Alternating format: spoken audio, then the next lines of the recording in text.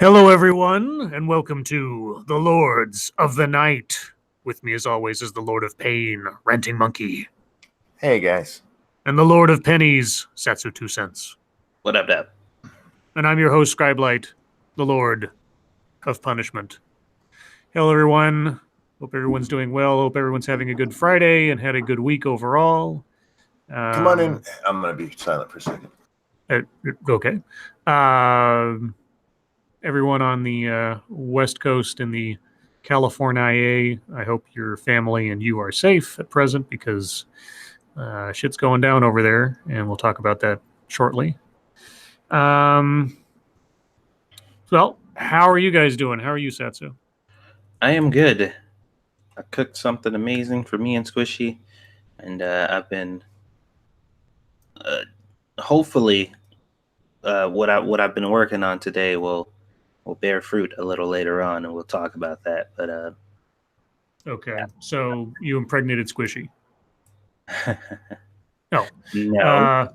And I would ask Monkey how he's doing, but he's presently waylaid. So I'm doing okay. There was some work chaos today, again, which wasn't fun, but nothing that I have any control over, so I kind of don't stress so much about it. And it'll just have to sit and wait until after the long weekend. So them's the breaks, as it were. Let's see. Monkey Dick, Jim Jones, movies, video games. Hit that like button if you have not already. And since we did just start, I'll forgive people for not having hit it quite yet, but it'd be appreciated if you would. And share our stuff. Okay. Hi, Monkey. Welcome back. How are you, Monkey? Not worth talking about, but my two children that don't live here came home. Oh. And they were just leaving. Oh. So they're still mooching off of you even after all this time. Yeah, actually, I didn't even know my daughter was here until a minute ago. Do we have a pumpkin report? They came home to visit their niece, not their dad. Yeah, sure. And how is the little one? She's good. She's still farting all the time. Well, I guess that's part of the functions when you're a small one. Let's see. Do we have anything to cover or plug before we get on with the schnoz? You guys streaming tonight? Yes, we are. And what are you streaming tonight? I'm gonna get it right this time. Dead Island. Yay, Dead Island. Indeed. And we'll be doing a dual stream tonight, which will be interesting. How's that work? Well, I'll be streaming on both Twitch and YouTube at the same time. I figured out, I found a program that actually enables me to do it, and it goes over the hurdle that I was having before, which was not being able to see both chats at the same time.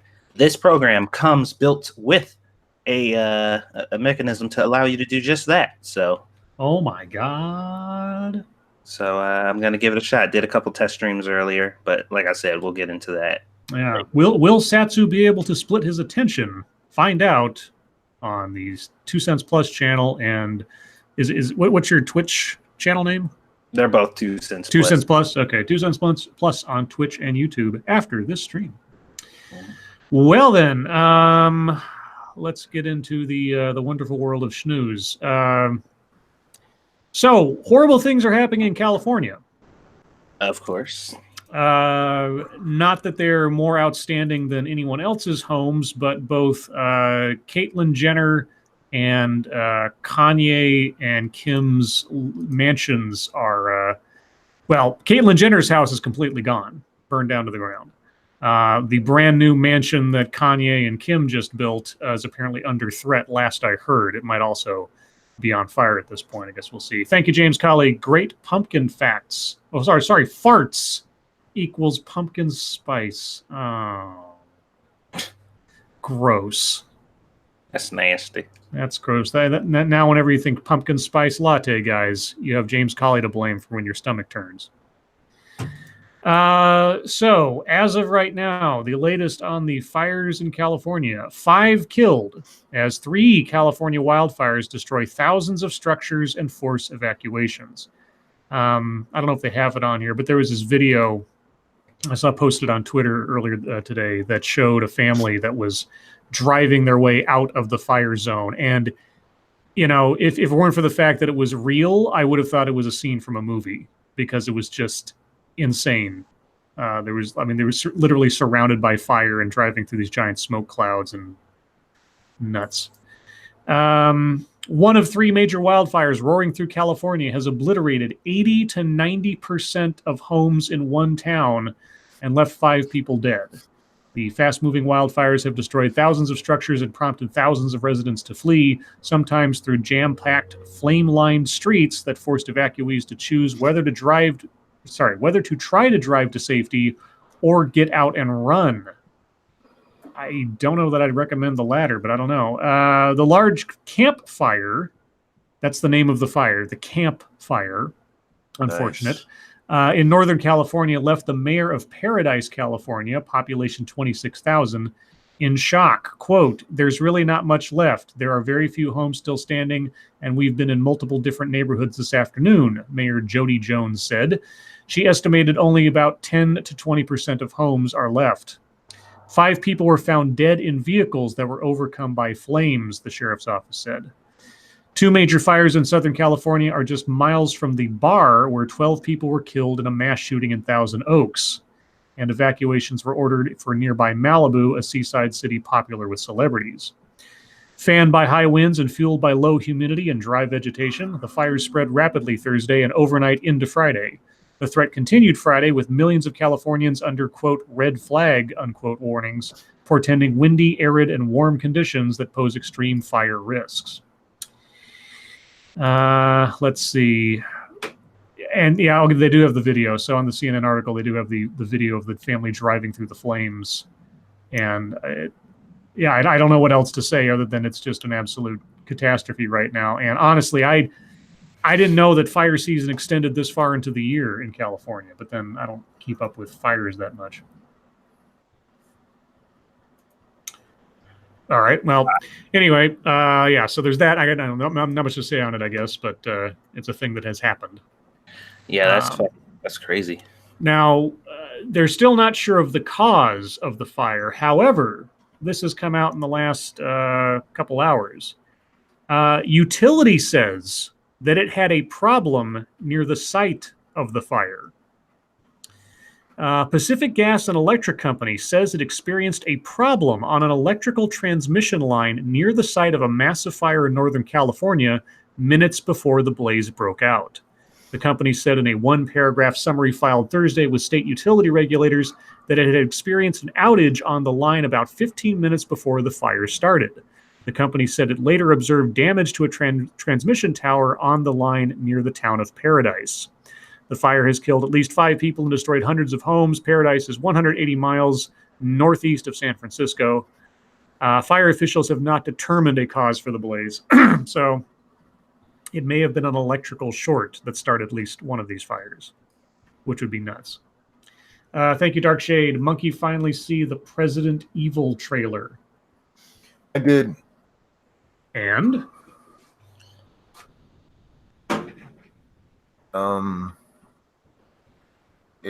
It looked like a parody of Halloween more than Resident Evil. Mm-hmm. I've never heard of it. What happened? It's a parody. The President Evil is based on Resident Evil. Oh, but it's Trump, and he keeps coming back like Michael Myers, and he stands there like Michael Myers, and it's okay. Okay. Sorry, guys. I'm trying here. No, it's all right.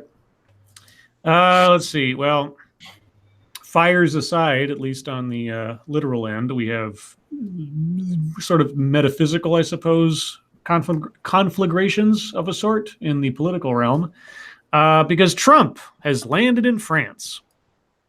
And what does he do as soon as he gets there? Well, Trump spars with President Macron as Air Force One lands in France.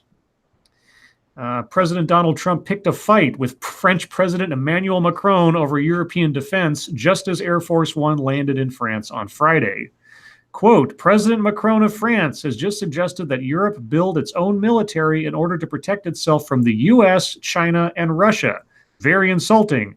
But perhaps Europe should first pay its fair share of NATO, which the U.S. subsidizes greatly, Trump tweeted minutes after landing in France. He is set to spend the weekend in Paris to commemorate the centennial of the end of World War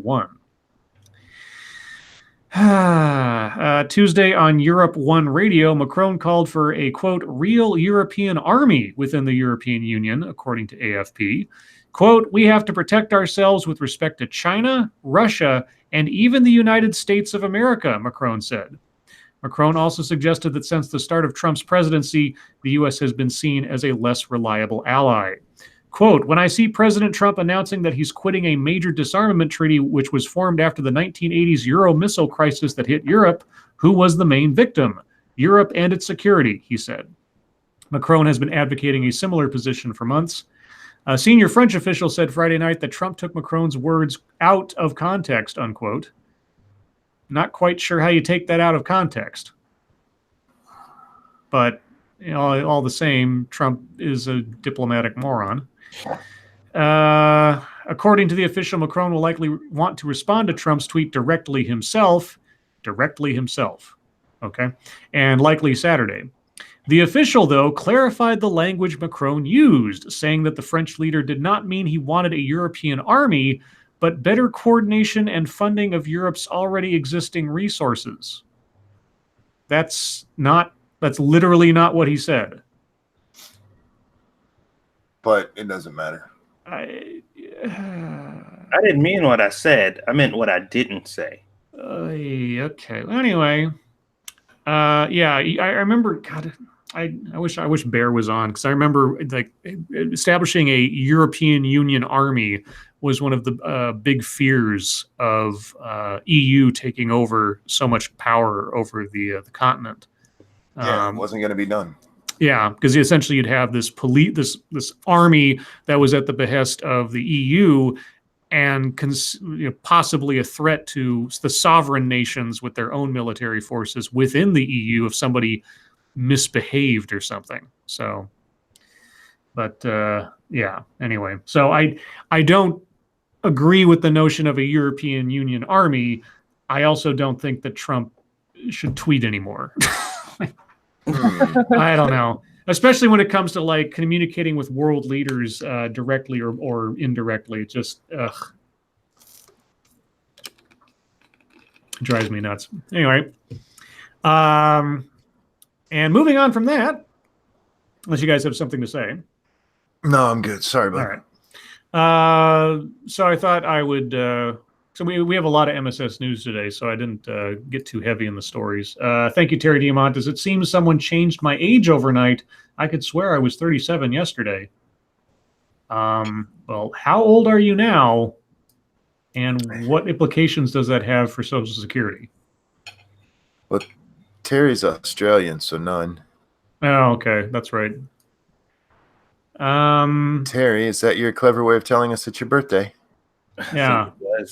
Well, it's so clever that I'm so dense I didn't understand. I thought he was making a joke about the guy who wanted to change his legal age. He was. That's how dense I am today, I guess. I don't know.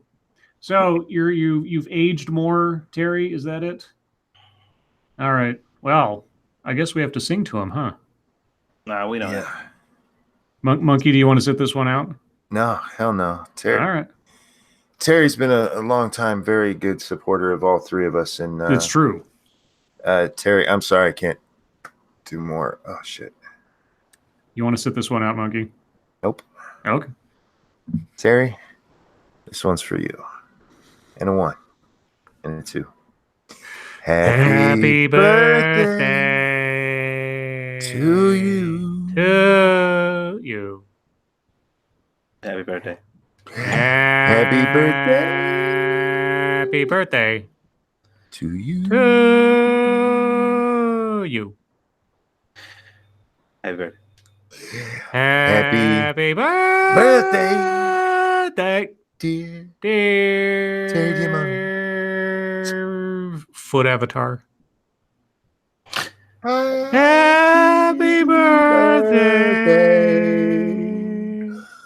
to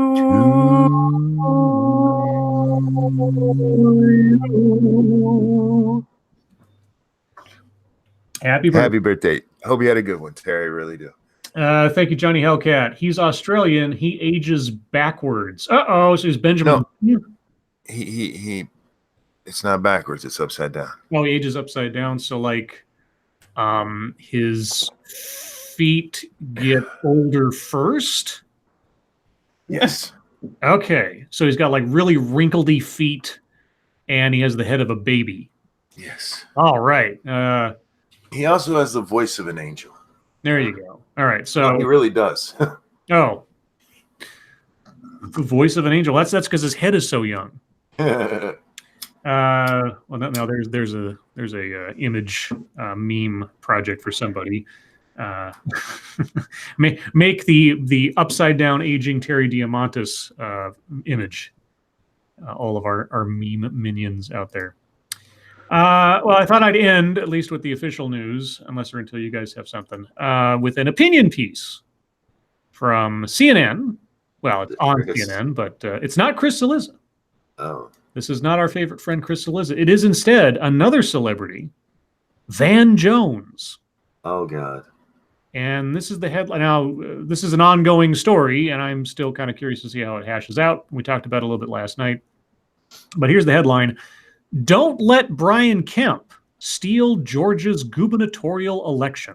Oh, for fuck's sake. All right. And this is Van Jones speaking.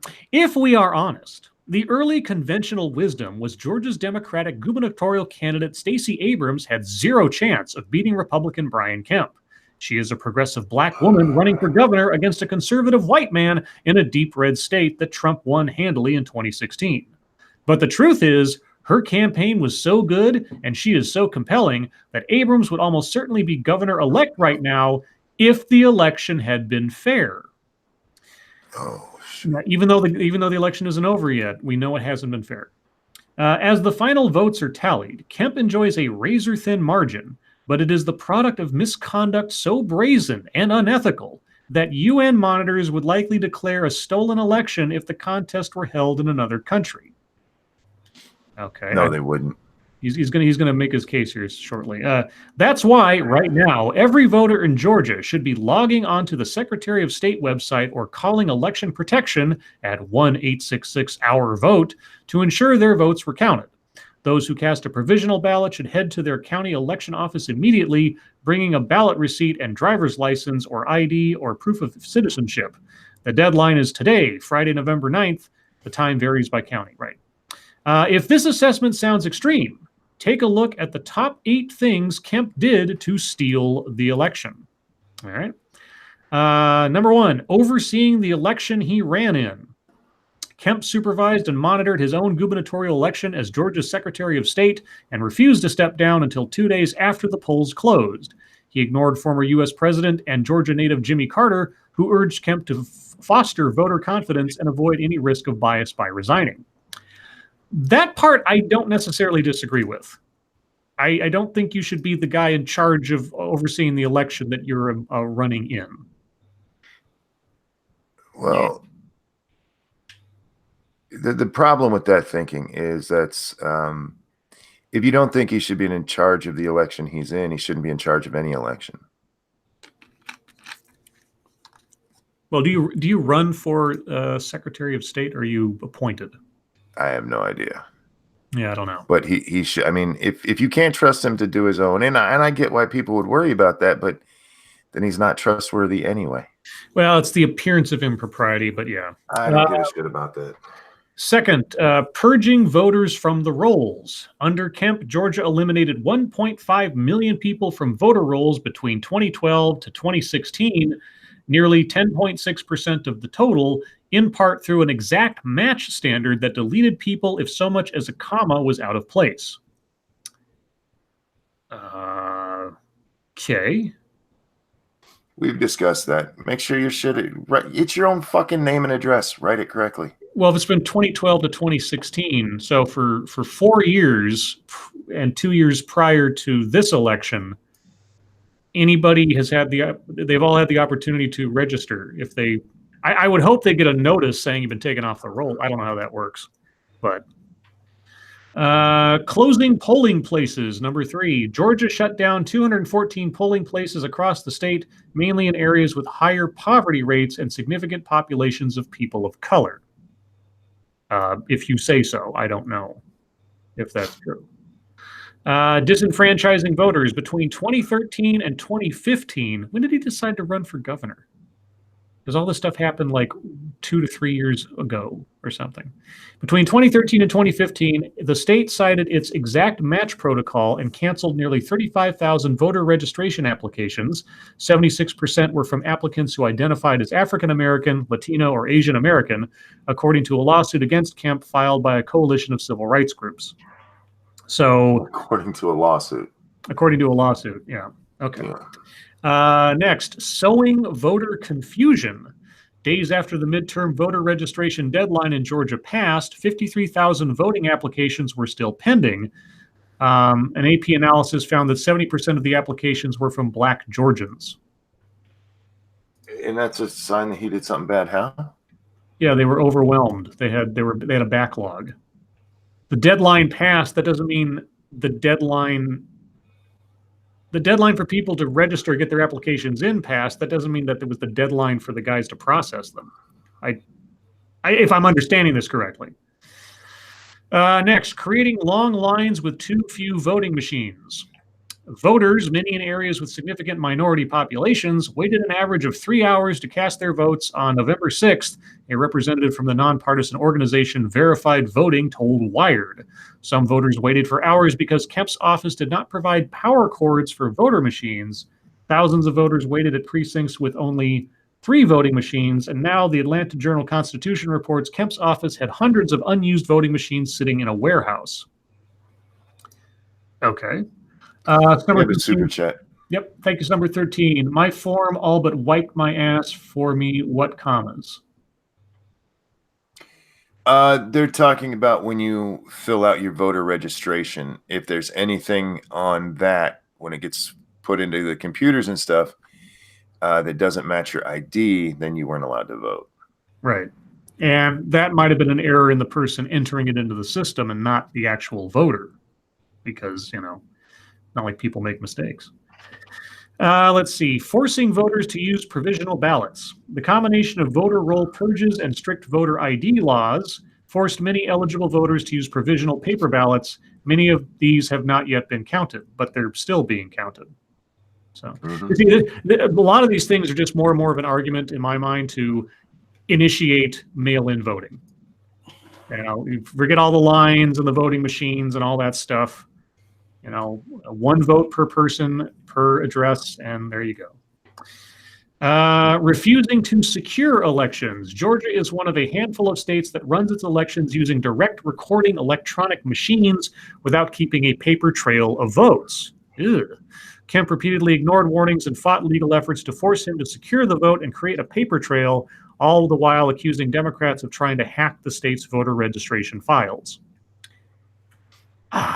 If some of these things, if true, are not, they don't make a good look. Let's put it that way. But I don't know the accuracy of some of these things because only in a couple instances does he cite anything, or like directly, unless it's somebody's lawsuit or whatever.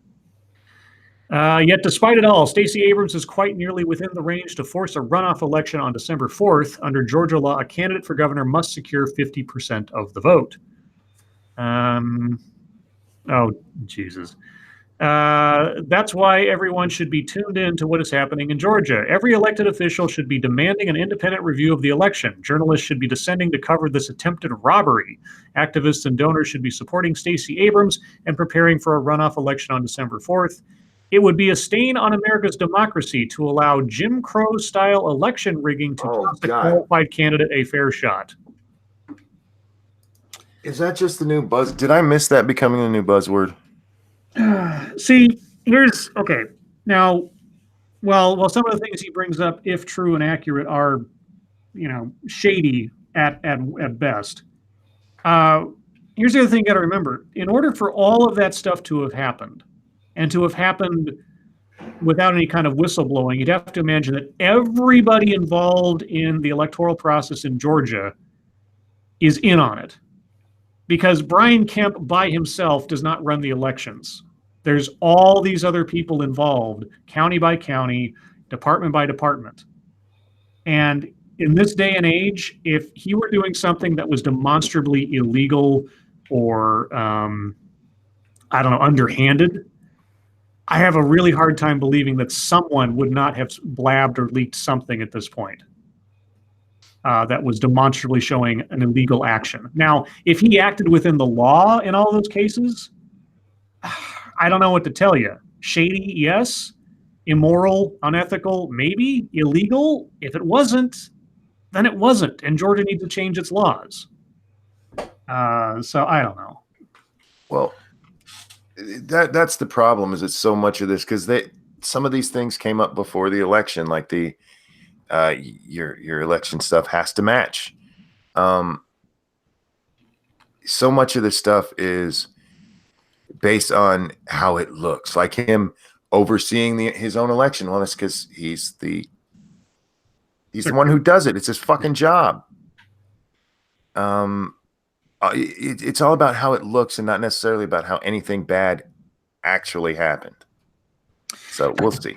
Yeah, I think it would be all right if you ended up being the Secretary of State or the person overseeing elections or whatever, and you were running in an election that you were to oversee. I think it would only seem like professionally ethical to recuse yourself from being the guy running the election in that instance or overseeing that election in particular, and defer to like your deputy or something, because there's got to be a deputy Secretary of State. So, I mean, at least as a gesture to show that you were trying to understand the appearance of impropriety and not necessarily admit that you were at fault or something, but just sort of to assuage any suspicions a little bit at least. So I don't disagree with that notion, but whatever. Be right back, guys. Okay.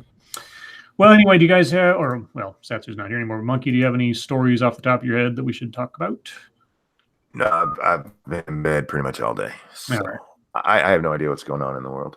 Well, we'll find out real quick because, guys, it is now time for MSS News. So, what? I just went to Twitter. Apparently, Jack is going to meet the Dalai Lama.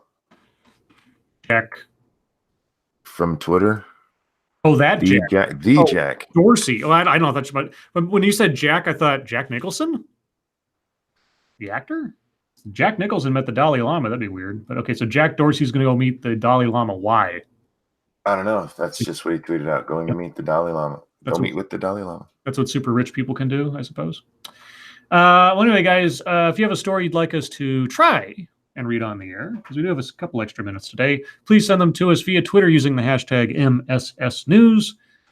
Can't promise we'll get to them all, but that's because you guys send us so many stories. You're far too good to us. That is a good problem to have.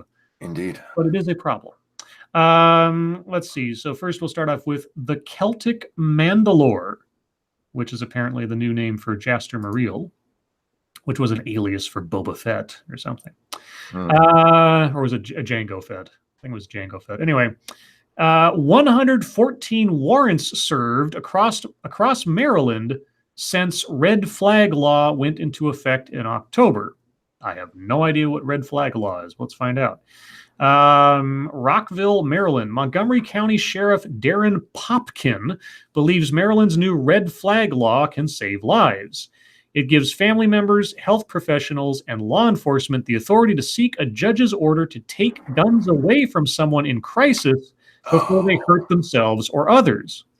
Quote, law enforcement has been running into people having some sort of mental health crisis forever. However, we never had a statutory authority to take the guns away, said Popkin.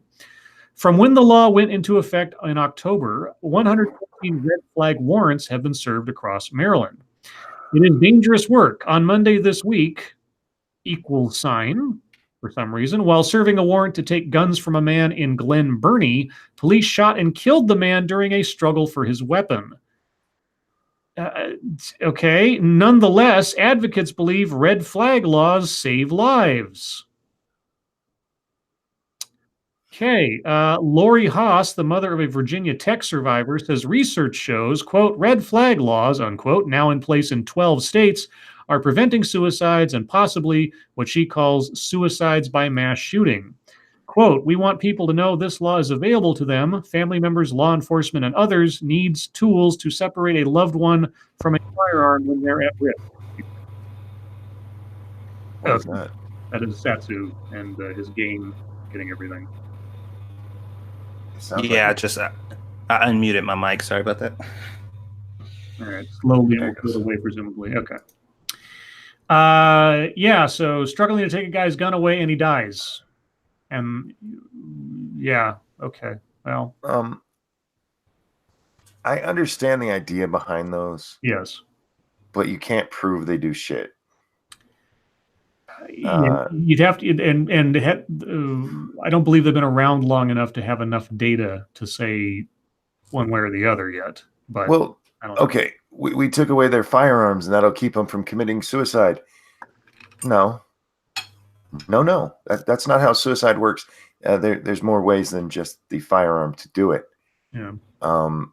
If that's what you think, you need to get them locked into a mental facility for their own safety.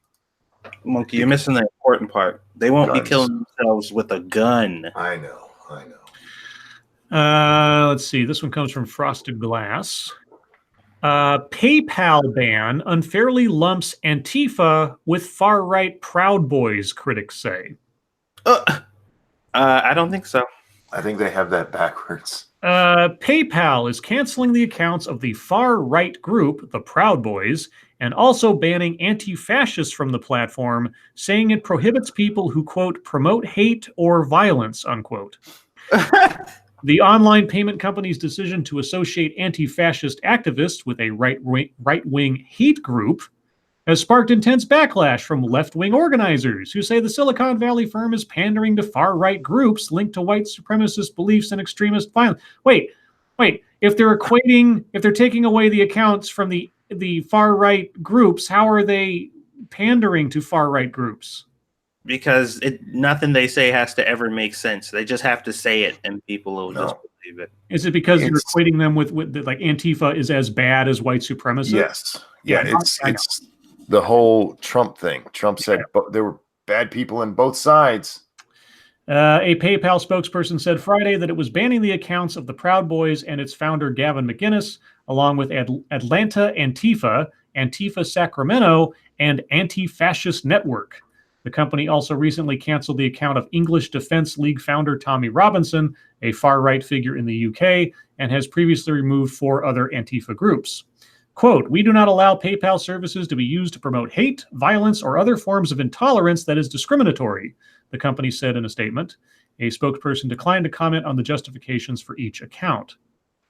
Quote, I'm really tired of the equivalence of anti-fascists and fascists, said Zoe Samundi, an Oakland writer who has supported anti-fascist protests. She noted McInnes's history of promoting violence, adding, quote, you cannot compare that to the anti-fascists who are trying to defend communities from that violence.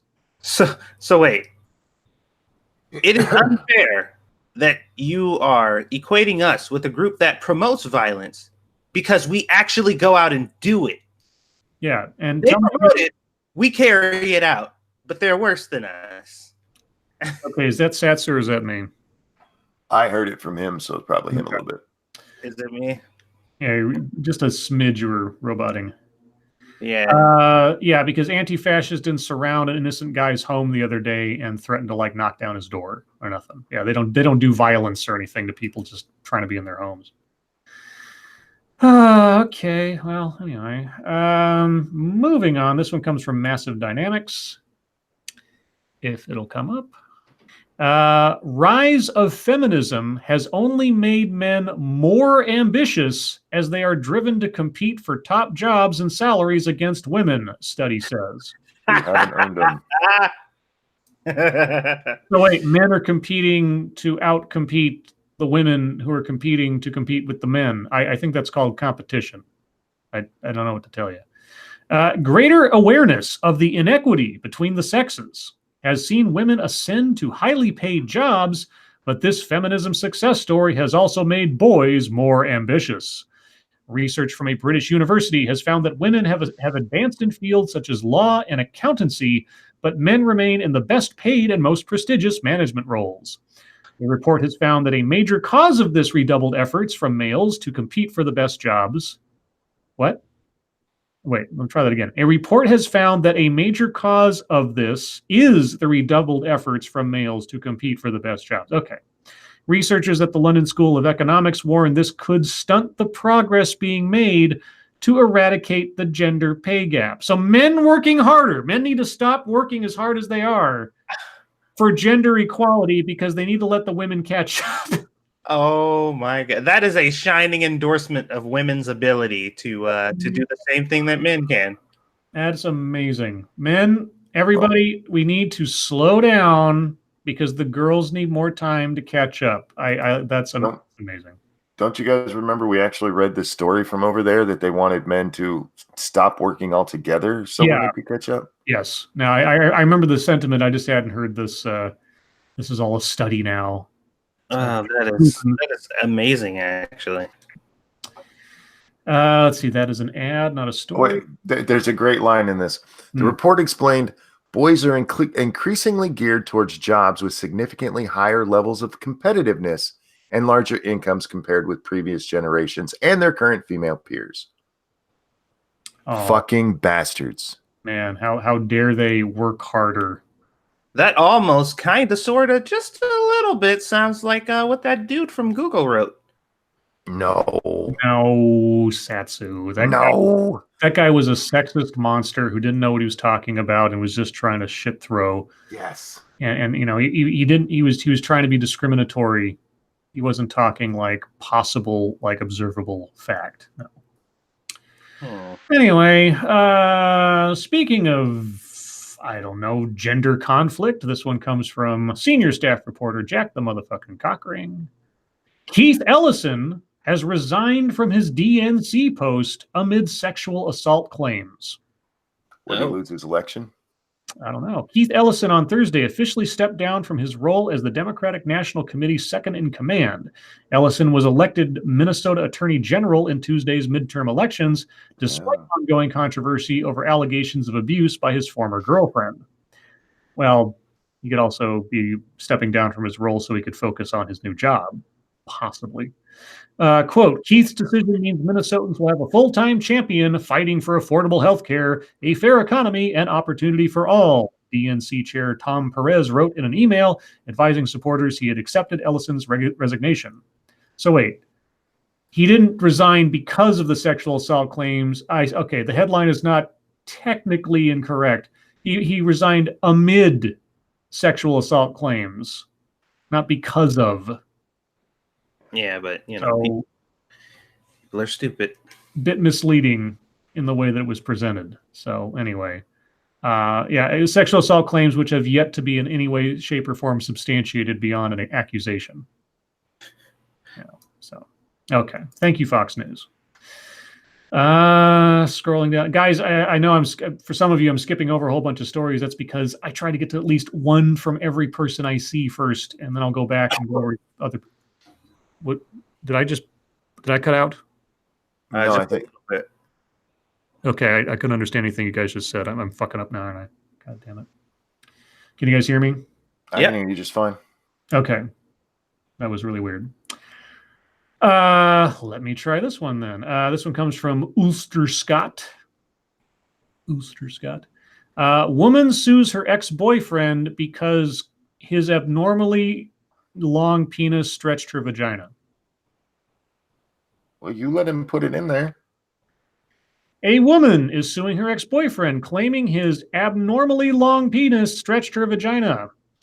Celindile? This is British, I assume, or something. Celindile Mangana. Oh no, wait. Sorry. Not the source is British, it's the Metro. The story is not British. 29 from Harare, Zimbabwe, said that her vagina was tight before she met her ex, Mugo Karima, in 2016. Mugo just sounds like he should have a big dick. Oh, man. Karima, 37, who it is claimed was married at the time, and Mangana fell in love and started a relationship. However, she told the Zimbabwe Mail that she ended the relationship in May after his penis stretched her too much. She said no man can literally fill the gap her ex left. That's not how vagina works. Yeah, that's not how it works. It has not been confirmed how big his penis actually is. She now wants to have reconstructive surgery, which costs a massive £8,000, and is taking him to court in order to have him pay the fee. Karima has not yet responded to the allegations. You know what? I think the story here should be Surgeon Khan's woman in the thinking that this is a thing that can happen. Yeah, that's not. And has her pay. Gregory Hurst, thank you. How do you plead? Guilty! Yes. Yeah, exactly. Guilty as fuck, Your Honor. Biggest advertisement for Tinder after that, tell you what. Okay, this one comes from the original Shrew. It's one of those things where you get a gigantic video picture at the top and little bits of text in between giant pictures. A Broward County judge has ruled in favor of Governor Rick Scott and says Broward Supervisor of Elections Brenda Snipes must, quote, allow immediate, unquote, viewing and copying of records that have been requested. Yes, absolutely. Attorneys for Governor Scott will not be going into Broward Supervisor of Elections office Friday night. What? Will not be going? Okay, maybe I'm missing something. They wanted to look at the records. Now they're not going there. Okay. I'm reading it as it's written. Maybe I'm missing something. Attorneys for Governor Scott will not be going into Broward Supervisor of Elections office Friday night to inspect files under court order due to logistics. Okay, it's expected to happen Saturday at around 10 a.m. I thought maybe they meant now be going instead of not be going. But anyway, late Friday, the Broward Supervisor of Elections did send documents to comply with the court order, but they've been unable to open them. An attorney for Governor Scott, Sayed, S-A-Y-I-D, Sayed. That's what he said. Sayed, the lawsuit in Broward filed against Snipes claimed that her office was withholding crucial voter information and has blocked access to the office. At the emergency hearing on Friday, Scott's lawyer said this was a simple public records request case about access to Broward ballots, figuring out who voted, how they voted, and how many votes have yet to be counted. They added that it's not about how votes are counted or inspecting ballots. Quote, this information supervisor of election should have already compiled and saved, he added. Yep. It could take 10 minutes to do. Snipes' attorney added that he believes Governor Scott didn't believe Snipes was moving fast enough to finish the vote tabulation. Well, again, it's not just about the vote tabulation. It's about knowing how many votes there are to still count. Yeah. Because if there's only 5,000 votes to still count, and 7,000 come back for one person and 4,000 for another, something didn't add up there. Thank you, Dragon Mage, for my favorite newsreader. Aww. You like me better than Cenk? Or Anna? Or Don Lemon? Oh, thank you. Okay, well, there was that. And that's another race that's still technically undecided, I guess, because Ben Nelson is demanding a recount. Mm-hmm. Let's see. This one comes from Top Ramen Lewis. Anti-slavery amendment passed, and now I don't want to pay your subscription fee. And now I can't read the story because I didn't want to pay your subscription fee. Is that it? What is it? Hold on. Okay, Denver Post, I don't want to pay your fucking subscription fee. Okay, well, I'll just have to read the headline and the sub thing. Anti-slavery amendment passed, but faced resistance in rural Colorado. Quote, we got a lot of pushback from people living in some of these conservative areas saying, quote, if you do the crime, you have to do the time, and slavery's just fine for criminals and stuff like that. Because there was crap. Yeah, there was language a long time ago that slavery would not be implemented except there was, I forget what the first part was. The second part was, or as a punishment. So some people in Colorado think slavery would be just fine as a punishment. Well, what they're talking about is like forcing inmates to do work. Yeah, That's what they're actually going after here, and they tried to frame it as we're bringing back 1862. No, or yeah, 18, no. This was about criminals being forced to like make license plates or do hard labor. I have no problem with criminals doing hard labor. Fuck them. Let's see. This one comes from Mashisu. Pizza Hut and Toyota unveil robotic-enabled pizza-making pickup truck. All right. That sounds like a complete waste of money, but okay. Pizza Hut and Toyota this week announced a mobile pizza factory that includes a robotic arm for making oven-hot pizza while on the road to a customer's doorstep. This is pointless. I mean, whenever I order pizza, I forget which one it was. There was a pizza place, and it's like 5 miles from here, right? And I'm still in the radius of that place. And I ordered a pizza one time. It got here warm and completely edible, even though it was like 8 o'clock at night with traffic and shit. And I'm just like, why would you need a pizza that hot, that fresh, and why would you trust a robot to do it? I feel like a whole different kind of greasy. Like on the road, like you're driving down the highway and the robot's making a pizza. Guys driving down the road, like, yeah, you're not going to hit a speed bump or something, and the whole thing gets fucked up. Okay, anyway, they need to keep just paying Eugene to make them stop fucking around. The Tundra Pi Pro pizza making truck was introduced at Toyota's 2018 Specialty Equipment Market Association show. Specialty Equipment, SEMAS. SEMAS? Almost Seaman. And features a truck bed converted into the virtual pizza factory on wheels. Just to let you know, whoever wrote this, you have to put a closing quote around that if you meant to do that. The system, which Pizza Hut calls the kitchen, how original, includes a refrigerator, a pair of computer-guided robotic arms, and a portable conveyor oven. The truck and its components are powered by a hydrogen fuel cell electric powertrain. From start to finish, the pizza-making process will take between 6 and 7 minutes and allows Pizza Hut to, quote, expand its delivery radius without compromising the quality of the pizza, allowing a broader base of customers to have oven-hot Pizza Hut pizza delivered to their doorstep. When a pizza is ordered, the first of the 2 robotic arms opens the refrigerator and removes the selected pizza, places it on the oven conveyor, and returns to close the refrigerator door. What about custom pizzas? Like, what if I want half sausage and half pineapple or some crazy thing like that? Thank you, Ms. Lim One. Does that mean my pizza would actually arrive on time? Depends on traffic, as always. Because even if the pizza gets made on the truck, I guess if the order goes straight to the truck, it'd be funny if the truck gets to your house before the pizza's done, so it's like got to sit outside your house making the pizza while you look at it. Thank you, Ms. Lim One. You've been gone a while, haven't you? Didn't you take a break from the intertubes or something? Well, obviously you're back, so welcome back. If I'm missing something. Okay, well, that sounds like a very limited project that probably won't take off because it seems like an awful great expense. And aren't Pizza Hut deals franchised? Wouldn't independent people have to buy these things to make it work? I have no idea. Yeah, I don't know. I've never worked for a Pizza Hut. Let's see. I don't know what this is because it doesn't give me a preview. And I don't get a preview because it's just a list of stories. Okay. So sorry, airline pamphlet, whatever you sent me takes me to a generic listing of news stories, so I don't know what it was that I was to look for. This one comes from Devil Fruit Zero.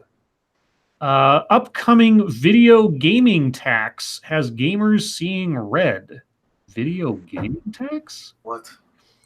And now my phone's ringing. Chicago, Netflix, Pandora, Spotify. Those are just some of the streaming services Chicagoans already get taxed on as part of the city's amusement tax. The same amusement tax is applied to streaming entertainment services since 2015, but starting on November 14th, PlayStation users in Chicago will be hit with the same 9% tax charged by other entertainment providers. The new tax, the result of an agreement between Sony and the city of Chicago, has some gamers seeing red. Some gamers on Thursday night were just getting word that their gaming hobby was about to get more expensive. Quote, you were just playing in the comfort of your living room, playing PlayStation. Why do you have to be taxed on it? Makes no sense, said PlayStation gamer David Kim. Why should I have to pay extra if I didn't have to pay before? Why do I have to pay now? Gamer Danny Yashiba agreed, quote, I think it's kind of ridiculous that you have to pay more to play the same game. Jeffrey Schwab, a senior attorney with the Liberty Justice Center, said the city could be overstepping its boundaries with the PlayStation tax. Thank you, Ragnar Ulfbert. You might not get it, but as a former pizza driver, I approve. Nice. Like I say, it just seems like a really oddball thing to do. It sounds like a very expensive, like per unit, a brand new truck, robotic arms, convention oven, refrigerator, freezer, whatever.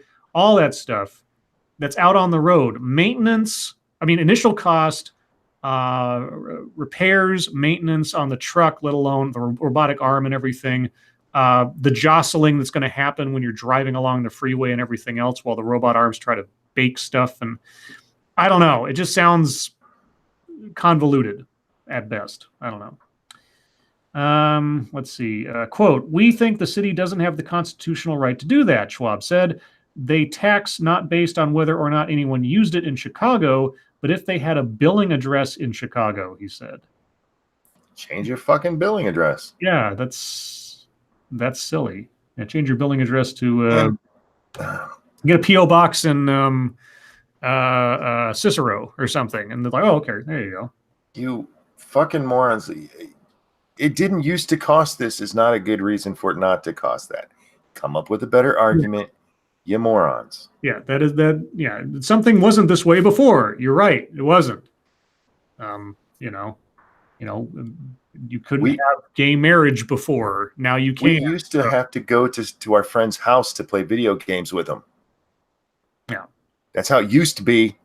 Yeah. Doesn't mean it's not good that we changed it. I used to have to go to a store to buy a video game. Now, I'm not arguing that this is a good tax. I'm just saying that is a really fucking stupid argument. Well, these are gamers talking. I'm giving you the finger. Okay, so this is one that I posted. I haven't seen anybody else post it, so I'm not stealing anybody else's thunder so far as I know. But this happened today, which I thought was hilarious. Pelosi confident she'll be speaker despite effort to derail her bid. Now, could you guess who tried to derail her bid? Tell me it's Crazy Eyes. Oh, I don't know. Let's see. House Minority Leader Nancy Pelosi told CNN this week she's, quote, 100% confident she'll be the next Speaker of the House. But a group of about 10 House Democrats is plotting to block Pelosi from returning to the speakership. The group, which includes Pelosi critics like Representatives Seth Moulton of Massachusetts, Tim Ryan of Ohio, and Kathleen Rice of New York, among others, held its first meeting Wednesday night, according to congressional sources. Quote, if we're asking members, many of them who have said during their campaign that they're not going to vote for Nancy Pelosi, 15 to 20 of them, if the first thing we ask them to do is to vote for her, they're going to be in a lot of trouble in their reelection, Ryan told NPR. And I just don't think that's fair to them. They don't have to vote for her. Let them vote for whoever they want to. Yeah, they're not. She'll still get in. Yeah. The would-be insurrection has a major problem. It doesn't have a candidate to oppose Pelosi in a head-to-head contest.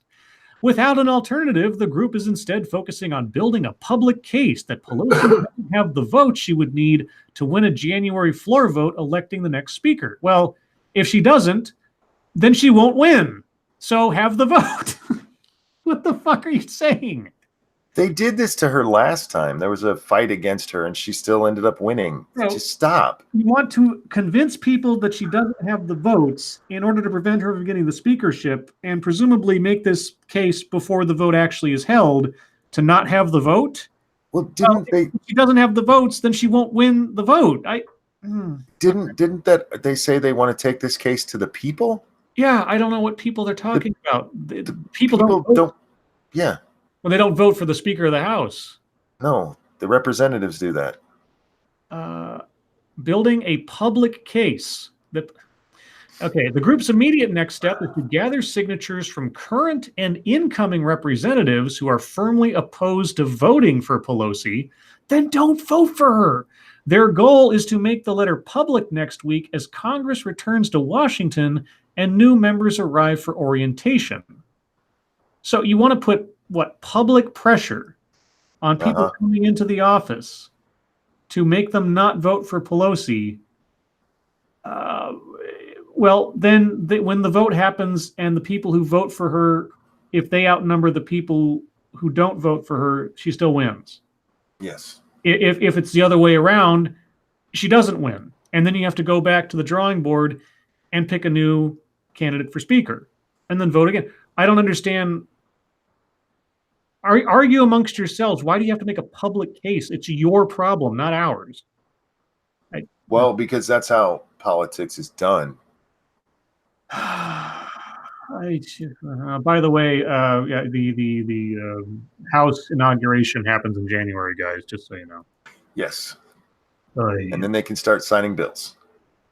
Let's see. This one comes from Boatman99.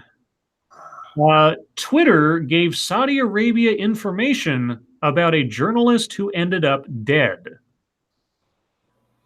Okay. And this will be the last one, guys, before we get to YouTube time and everything. Twitter has come under fire after another dissident journalist was reportedly tortured and killed in Saudi Arabia. Turki, that's his name, Turki bin Abdul Aziz Al Jasser, was arrested on March 15th for allegedly running a Twitter account called Kashkul, which exposed human rights violations by Saudi authorities and royals. He then died while being tortured in detention, prompting fresh outrage over an alleged leak of information that led to his capture. Quote, they got his information from the Twitter office in Dubai. That is how he was arrested, a source who wishes to remain anonymous told Metro UK. Quote, Twitter has become insecure for dissidents or critics. Everyone speaks under threat and pressure. The accounts of Saudi dissidents are spied on. We are not safe using Twitter. Well, at the risk of sounding callous, doctor, it hurts when I move my arm like this. Don't move your arm like that. Don't use Twitter. The source also claimed that Saudi Al-Qahtani, the former advisor to the royal court, leads a cyber spy ring and has contacts inside the Dubai Twitter office. They allege that a so-called Twitter mole handed over information on Al Jasser, leading to his arrest earlier this year. I wonder what Jack Dorsey has to say about that as he goes off to visit the Dalai Lama. Oh, probably nothing. Probably nothing. And in fairness to Jack, I mean, there's not much they can do. The government asked for it. Yeah. You want everybody inside that Twitter office to die too? Yeah. Okay, guys. Well, with all of that uplifting news, thank you so much for all the stories. If we run out of things to chat about in our deep topic hour, might go back to some more stories. In the meantime, though, YouTube time. So, Satsu, what are you working on? Well, I know what you're doing tonight with your dual stream. But yes, that's kind of what I've been working on for a lot of the day, because it actually took a lot to kind of get all that set up and make sure that everything works. I did 2 test streams, and a lot of people showed up to kind of help me out, and they were bouncing back and forth between Twitch and YouTube to let me know that everything was good. And so far, so good. I will do the ultimate test tonight to figure that out. Other than that, there is something that I saw today that I might decide to make a video on. There's, damn it, hold on, let me look at to see what the actual name of this channel is. Because I saw a video on Facebook that I watched that I thought was going to be stupid, and I was like, man, this is going to be shit. And it wasn't. It was from Double Down News. I don't think I've ever heard of it before. Yeah. Oh, man, I wonder if Neil Breen's behind that. And any of you watching Red Letter Media will get that joke. Anyway, sorry. Yeah, the video is called The Problem with Wokeness. And it's a very good video. And I wanted to kind of examine it and check it out and give you guys a chance to see it. Those who saw me share it on Facebook or Twitter, you may have seen it already. If so, I'd like to hear your thoughts on that. But yeah, I think I'm gonna do a video about it because it needs to be said. So. All right. Monkey, you did some stuff today, I know. I didn't do anything today. I thought you streamed this morning or early this Nope. morning. No? Oh, Nope. well, my mistake. Are you working on anything? I'm working on getting back in that bed. Do you want to just break, Monkey, and go to bed? You don't have to stay. Okay. I'm more concerned for your health than I am for your lovely golden throat, as it were. I'll survive. All right. Well, let's see. I did a lot more than I thought I would today. And then my phone's beeping at me, of course, because work never really leaves me. I finished the script for my next video, and I said to myself and on Twitter, well, the first draft is done. I'll sleep on it, revise tomorrow, and start working on it over the weekend. Well, about an hour later or something, I decided to revise it then. And then I decided to record the audio as well. So now I have the audio done. I got the video all chopped up and ready to go. So I just have to start assembly, which I promise I will actually start doing tomorrow. And it's not a very long video. It's just a little like news segment thing talking about toxic masculinity with a couple of funny bits in it. So it shouldn't take me too long to put together. And hopefully I'll have that out tomorrow afternoon, I'm hoping, at the latest. All depends if I get waylaid by anything work-related, because that is possible now. So that's what I've been working on.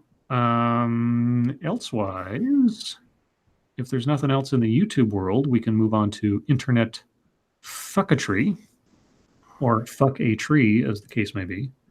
I did have one thing I wanted to... Actually, I guess I have two things. I'll start off real quick because I got a couple. Where was it? Okay, there you go. So again, Carlos Maza from Vox.com has done a 2 day in a row, sweep of brilliance. He said today on Twitter, "Defend Tucker Carlson all you want, as long as you admit you're defending a white supremacist who uses his massive platform to advocate for white supremacy." And I said, how does defending someone's right not to live in fear for their safety then also become an endorsement of their thoughts or beliefs? I don't want to see the Pope placed in danger. That doesn't suddenly make me a Catholic. That guy's on a roll. And then the other one, where was it? Oh, yeah. So Alexandria Ocasio-Cortez tweeted out this brilliance today. So she was responding to a tweet by someone named Shane Goldmacher. I don't know who that is.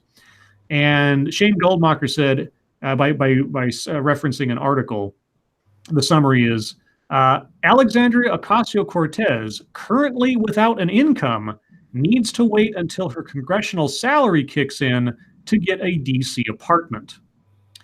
So that was the statement. Her response was, there are many little ways in which our electoral system isn't even designed nor prepared for working class people to lead.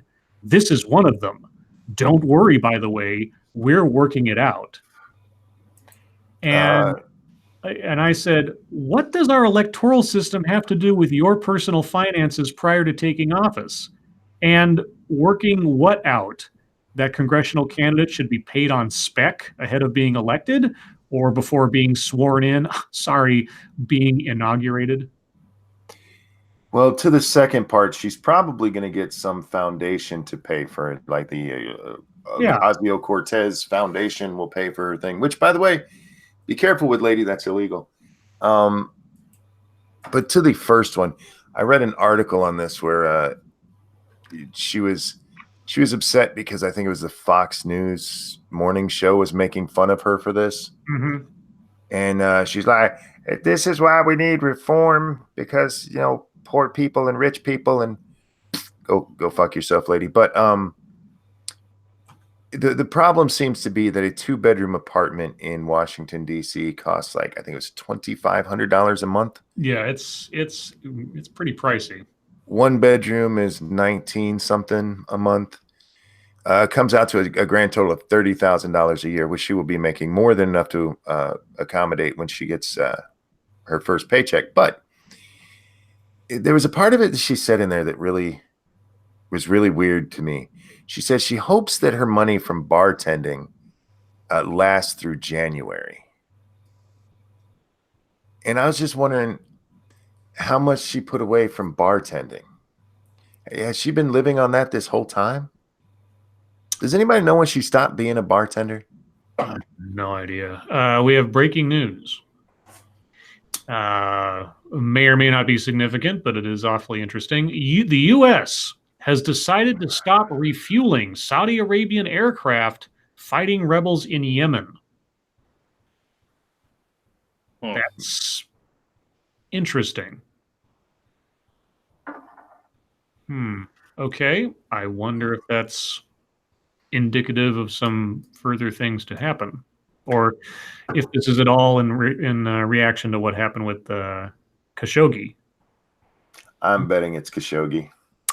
Yeah. All right. Well, there you go. This might be a start of a trend, which would be interesting given how we've pretty much just let Saudi Arabia walk all over us forever. So anyway, that was my fucketry. Satsu, do you have any? I didn't really have any fucketry today. Any conversations that I did have on social media were surprisingly pleasant, and that video that I watched before was also surprisingly pleasant. So I didn't really get into any shit. I mean, I saw some dumb shit on Twitter, but that's like normal now, and it usually I'll see it and scroll down and it's gone. Like I completely forgot about it. Cops are coming for me. I did see apparently, I don't know if that article on pride.com was right or not, but the girl who tricked Trump supporters into giving her money, the black girl that was wearing the Make America Great Again hat, apparently she made enough money to pay off her college tuition. I thought they closed her account. I don't know. Well, it says using GoFundMe, she was reportedly able to raise over $100,000. Jesus Christ! Yeah, under false pretenses. Okay. Yeah, last I heard, she got there that had been pulled down. Maybe they gave it back to her. So okay, her last tweet after the reveal for the for when she finally came out and admitted that she was lying, she said, "Trump is a racist, homophobic, transphobic bigot, and you think my black ass would support that rotten carrot? Ridiculous. Any black person can put that on that ugly ass hat and say MAGA, but y'all will be instantly up their asses because you want to prove so hard that you're not racist," which is kind of ironic, isn't it? But it says she bought an iPhone with her new money and she shared the receipt, obviously without her information or whatever, but she shared that online. What a real winner.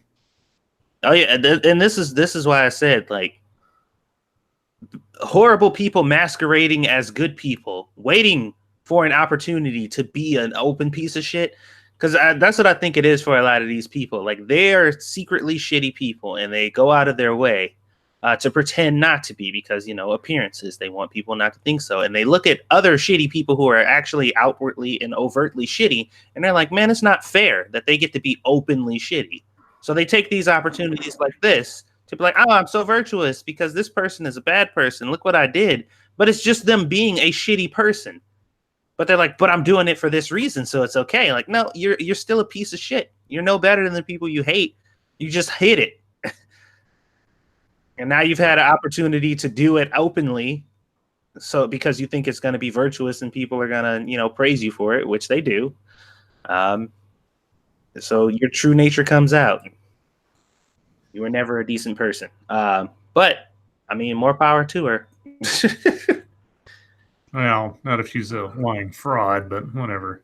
Well, I mean, People They're- being so quick to react to send her money without like thinking about it first or like trying to figure out who this person is. If they actually did send her $100,000, a fool and his money are soon parted. So, Well, I mean, legally, if The she did reason- something wrong, it's immortalized online now. So Well, actually, she did. She was fraudulent because isn't this the one Yeah. who said that her parents kicked her out of the house because of her MAGA support? I mean, she actually defrauded people. She can get sued for this. Yeah, she could. If the government wants to go after her, they absolutely can. Mhm. Yeah, I doubt they will because Yeah. you guys should see these comments. So, I mean, she has admitted to criminal behavior on the internet. If somebody wanted to Yeah. report that to law enforcement, who might Yeah. stop them? Yeah, somebody on pride.com, like I'm assuming an actual, frequent person who visits here says, "Isn't this considered fraud?" Yep. And the next comment is, "Shut the fuck up." let's see. What's this? Alyssa Milano has tweeted out something. What? What's my sweetie up to today? If you have anything to say to me like the below, please wait until after my heart is not breaking. Oh, someone made fun of her because her house and horses are under threat by fire. That's not cool, guys. We talked about this yesterday. That person's an asshole. It says, "Aw, spoiled little rich girl is worried about her ponies." Well, I don't want any horses dying in a fire. I don't know. Maybe that's just the human in me, Look, regardless of who owns the horses. I'm glad it's going to be her horses rather than her. Yeah. Absolutely, the human life comes first. Sure, but all the same. If you're just laughing because she's losing her horses, go fuck yourself. That's a mean thing to do. Well, in that vein, Monkey, do you have any internet fucketry? No. Okay. I not that I can think of. I didn't do anything. Okay. I'm trying to remember if I did anything before I logged off last night. Hang on, I'm bringing it up. People are upset with me because I asked, why does anybody give a fuck about the Dalai Lama? Yeah, I see that. So some people take the Dalai Lama a little too seriously after Hollywood stars told him to. Thank you, Diesel Dave. I hope someone screenshot that fraud. Oh, it's I'm sure. Oh, I'm looking at all the screenshots right now. They're on this. They're actually on fucking Bright.com. It was on the internet, so it's there forever. Yeah. Okay. Well then, if nothing else, deep topic time with the 15 some odd minutes we have left. You guys have a deep topic by any chance? No. Okay. I did. I forgot. I'm going to go back for just a second. I did listen to a little bit of all the shit with Jim and Sargon and all of that shit going on. Oh yeah, I don't know. I don't know what that all is about. Supposedly, Sargon sent out a tweet. Now I don't know if he got in touch with anybody over Ralph's stream, but he tweeted at the Wall Street Journal or one of the Wall Street Journal reporters to check out Andy. Oh God. Yeah. Because of that, Ralph made a horrific joke about Sargon's wife's miscarriage. And, Yeah. Dude, that was it's just a whole bunch of shitty people acting shitty to each other and taking it to the lowest depths. And you know what? They deserve each other at this point. Fuck them all. Yep, and probably getting super chats and donations out the yin yang for it too. So. Yep, of course. All right. Well, how about some advice columns, guys? Prospero says Sargon retweeted another account being a dick. He still, I mean, that's just, never mind. What do you got for an advice column? Well, let's see. How about I'm married, but I'm so attracted to my married boss. This is from a woman, isn't it? I don't know. Dear Lords of the Night, Can office romances still happen in the world after Harvey Weinstein, Russell Simmons, and Matt Lauer? You're asking us? Okay. No, I don't want to look at your ad. I started a new job several months ago, and I'm attracted to my new manager. We are close to the same age. We're both married, and both of us have kids. Oh, you're a wise one. On a good day, my marriage is meh. A few years ago, my husband had a thing with one of his coworkers, and it's been rough. Our marriage has never fully recovered. Normally, I wouldn't have an affair. I've passed up several opportunities. I know the trouble they cause from having been on the other side. But my boss is sexy. Such a nice, sweet guy, funny, smart, and optimistic. And if he's considering doing the same with you, a complete lying scumbag. But anyway, in addition to work, we have lots of common interests.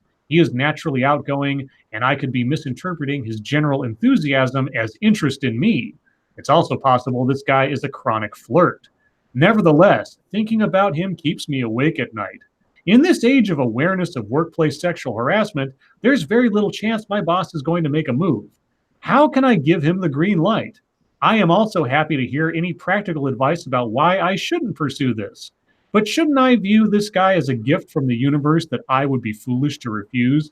Hey, lady, why don't you consider his wife and the situation you yourself are in after what your husband did? Do you have any fucking empathy for anyone other than yourself? Oh, sorry, I'm getting ahead of myself. Guys, what's your advice to this lady?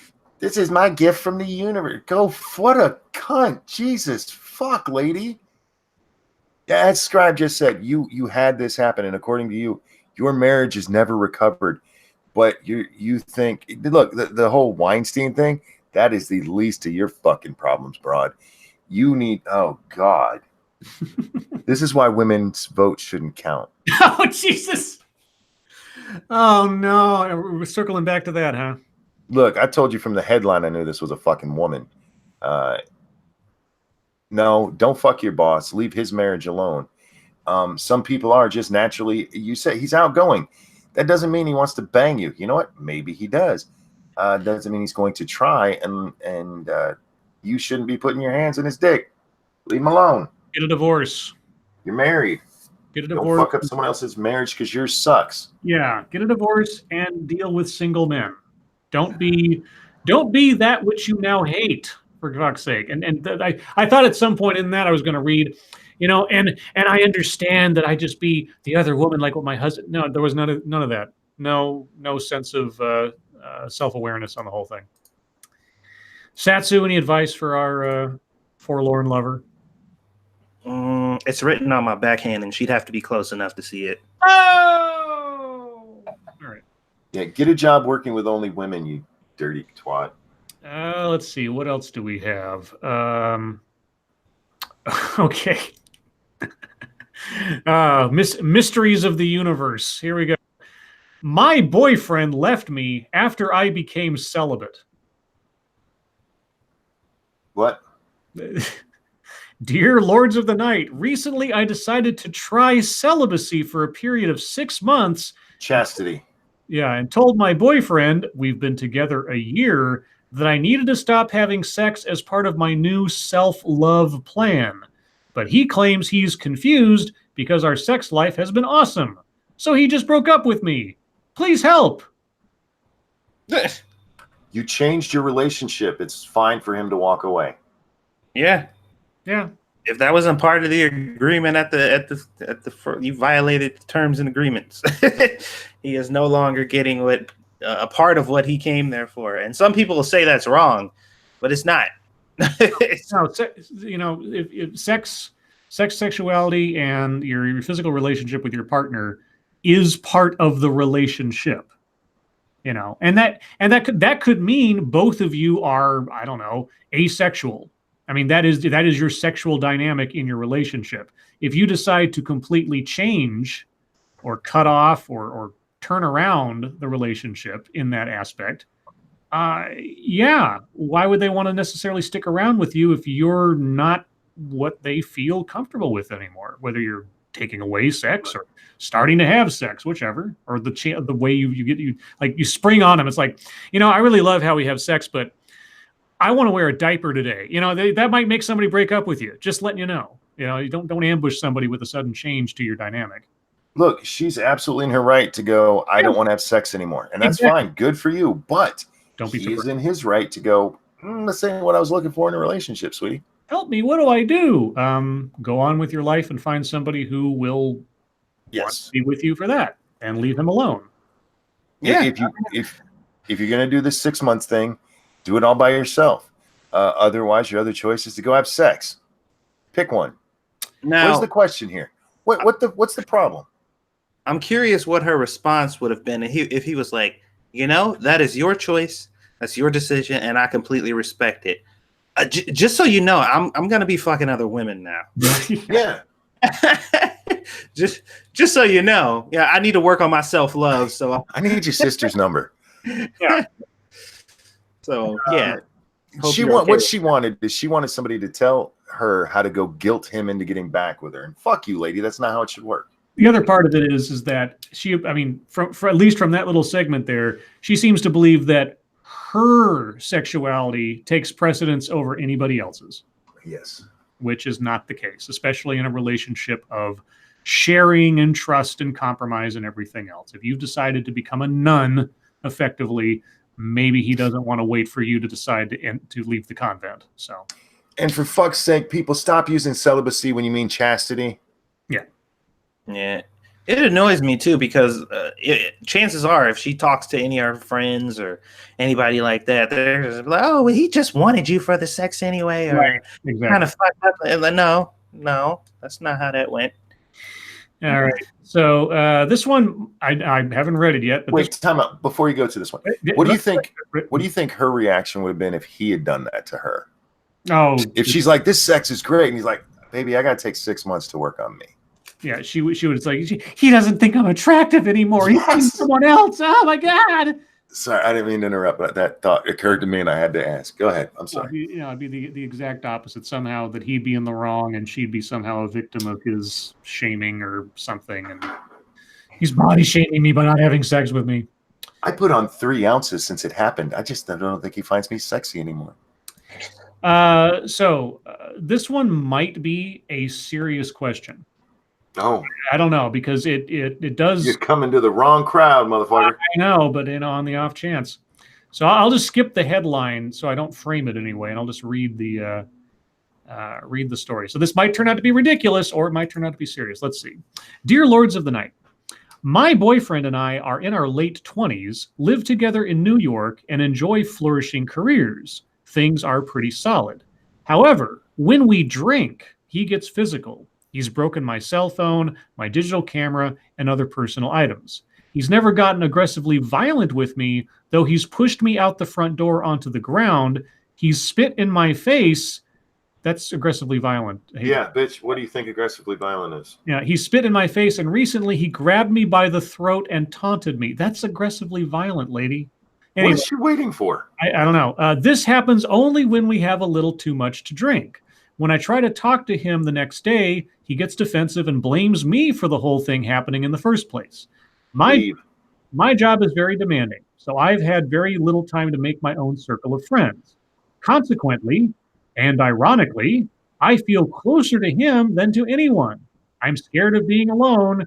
That's not ironic. Can't we work past this? No, lady, you're coming into codependency territory. You need to just leave. Yeah, Chad is lighting up with it, and that's the right answer. Leave. Yeah, leave. Okay. Well, so that's obviously. I mean, that is the simple answer. That the headline was, "How do I leave a toxic relationship?" Leave. Leave. I mean, if he hasn't gotten stalkerish yet, thank you, Chuckles. $2 and no message. Well, thank you, Chuckles. Appreciate it. It'll go towards Dr. Pepper and whiskey, because that's all I drink now. Well, not really. I'd probably die. Probably.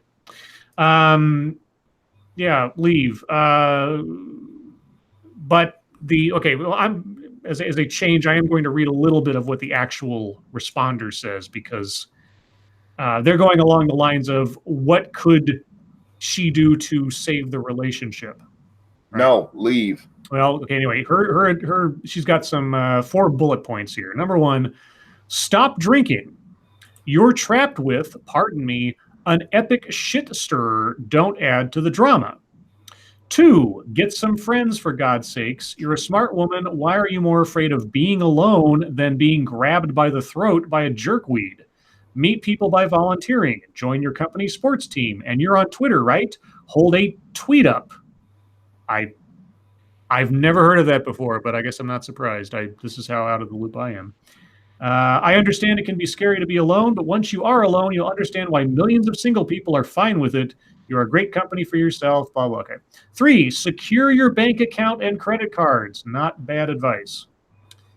And 4, now you're ready to rent your own place. Yeah, so she's basically telling her, get the fuck out. Which is true. That should be number 1, get out. Get away. When you don't see being grabbed by the throat as violent behavior. Yeah, no shit. What will you... He pushed you down outside through the fucking door? Spit in your face and shit. Like, yeah, your tolerance for what you qualify as violence is way too fucking high already. I can't imagine what it's going to take before you suddenly realize that something's wrong. And I have this feeling that given just what we know, so from what the littles here, that her not having friends has a lot less to do with her demanding job than it does her non-violent boyfriend. Yeah, I don't know why she kept bringing up her job, like... Because she's making an excuse for why he controls her. Yeah. One more silly one before we get on to chat time, because that was kind of a dark one. How is he not violent? He only chased me with a knife once this month. Yeah. Well, and that's the thing. I mean, and stepping back for a second, this is the kind of rationalization that you hear about a lot of times in the battered woman syndrome situation. So she's right on the cusp, if she hasn't already entered into that territory, which is why, yeah, get the fuck out. Thank you, Diesel Dave. I'm curious about his side of the story. We don't get that with advice columns. We only get the one. So, dunno. But lastly...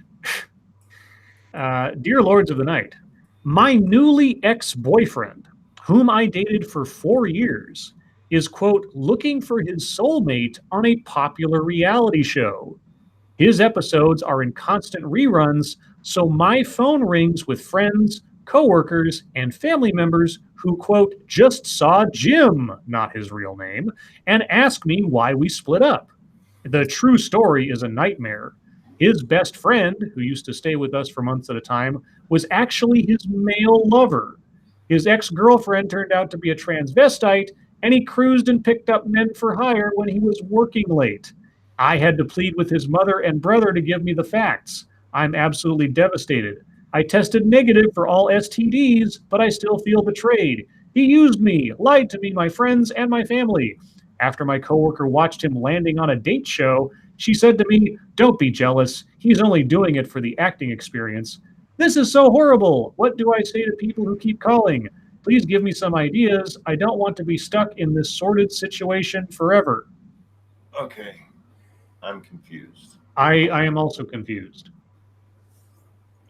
So if I heard that right, they broke up, but she had to hear from his mom and brother what really happened. Well, no, give her the facts about what he was doing working late. She found out, if I'm reading this right, she found out from his mother and his brother that he was actually out screwing guys rather than working late. But she doesn't say like she caught them in the act or anything. The only explanation we got for that was asking mom and brother. Yeah, she found out from mom and brother that he was gay or bi or whatever. I think mom and brother were fucking with you. Could be. That'd be hilarious. But anyway, so she doesn't know how to answer people when they ask what happened in the relationship. Just say you broke up. None of your business. I don't want to talk about it. Fuck off. Grow up. They're not entitled to an answer. Here's something. If there's a call coming in from somebody you haven't heard from in like 3 months and an episode just aired, don't fucking answer it. And how the fuck do you know so much about what's going on that TV show? Move on with your life, lady. Yeah. Let's see. Anyway. So I'll just read the one sentence of advice from the respondent here. Say with chirpy elegance, quote, "Oh, you saw the show, darling? I'm so glad. Wasn't he great? So handsome, so witty, so gay." Jesus. All right. Anything to say, Satsu? No, that's interesting. All right. Well, guys, we're at the bottom of the hour, which means the next half an hour is all yours. Chat if you have questions, comments, conspiracy theories, complaints. If you have advice for made-up problems, by all means, let us know. Let's see while we wait for that. Remember that after this stream over on 2 Cents Plus, both YouTube and Twitch, Monkey and Satsu will be dead islanding it tonight. So let's see. Hi, Scribe. What? Is that a squishy? It is. It's a squishy. Squishy, squishy, squishy. Did we ever come up with a Lord name for you? Yes. What was it? I forget now. Lord Penis. You're Lord of Penis? I thought that was Weibo. No, I guess she's Lord of Dick Grayson, which is, I guess, different technically. Mm-hmm. All right. Let's see. Remember, guys, if you have questions for us directly, please put plenty of question marks afterwards so we know it's for us. Brian Mullen says, what do you call the parody of Tom Jones's What's New Pussycat? What's New Gay Frog by Alex Jones? Okay. Let's see. Yeah, they're all talking to themselves. They don't need us anymore. They got this whole like separate world in chat now. We're like, we're like sort of we're like the app on the phone that's actually the phone. It's not so much it's a phone anymore. It's just a computer. The phone's an app. We're the phone app. We're like here. We're sort of the necessary crux of the whole reason of being here, but we're just like sort of a side thing now. They've got all their own little dramas and things going on. I don't know if it might be a side thing. Well, yeah, I don't want to be anybody's side thing. Let's see. Backscan says, how would you feel if you found out your wife was cheating on you? Would you feel different if you found out it was with another woman? And I'm assuming he's asking both of you since I'm obviously not married. Would I feel different if I found out it was another woman? So first, what would you feel if you found out that Squishy was cheating on you, period? With a guy, I guess. Damn it, Scribe, he found out about us. Well, yeah, I mean, awkward. I coat walls, but I am union, so. Okay, well, what if you found out that Squishy was like cheating on you with a girl? I would still be just as upset. Okay. I would be 80% upset that she cheated on me and 20% upset that I wasn't invited. Okay. Monkey, it seems like kind of a foregone conclusion, but would you be upset if you found out that Lady Monkey was cheating on you? Oh, yes.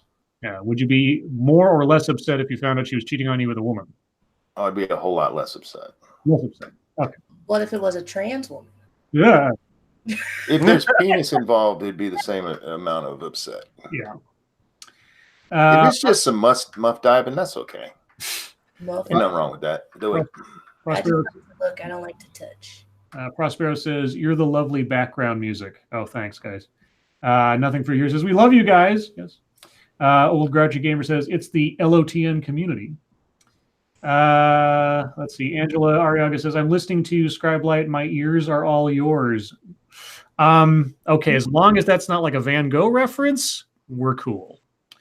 Jean-Pierre says, Scribe Light, have you ever seen Watership Down? Long time ago. The cartoon? A long time ago. I haven't seen it in decades, though. Let's see. BG says, Scribe Light, advice for a made-up problem? Have a headache? Make Monkey stop singing. Har, har, har, har. You should ask Scribe if he's seen it. Squishy wants to know if you what was it called, Squishy? I don't know what the movie It's the Dracula movie with Winona Ryder and Keanu Reeves. Dracula. Francis Ford Coppola's Dracula. Yeah, Bram Stoker's Dracula. Yeah. Bram Stoker's Dracula. Well, yeah, I mean it's Bram Stoker's Dracula, but it's Francis Ford Coppola did it. Yes, I've seen it several times now. Satsu didn't like it. It was stupid. Yeah, it's not the best retelling of the story, and it looks goofy as fuck. And putting that ram's head on fucking Dracula was retarded. Yeah, it's not very good.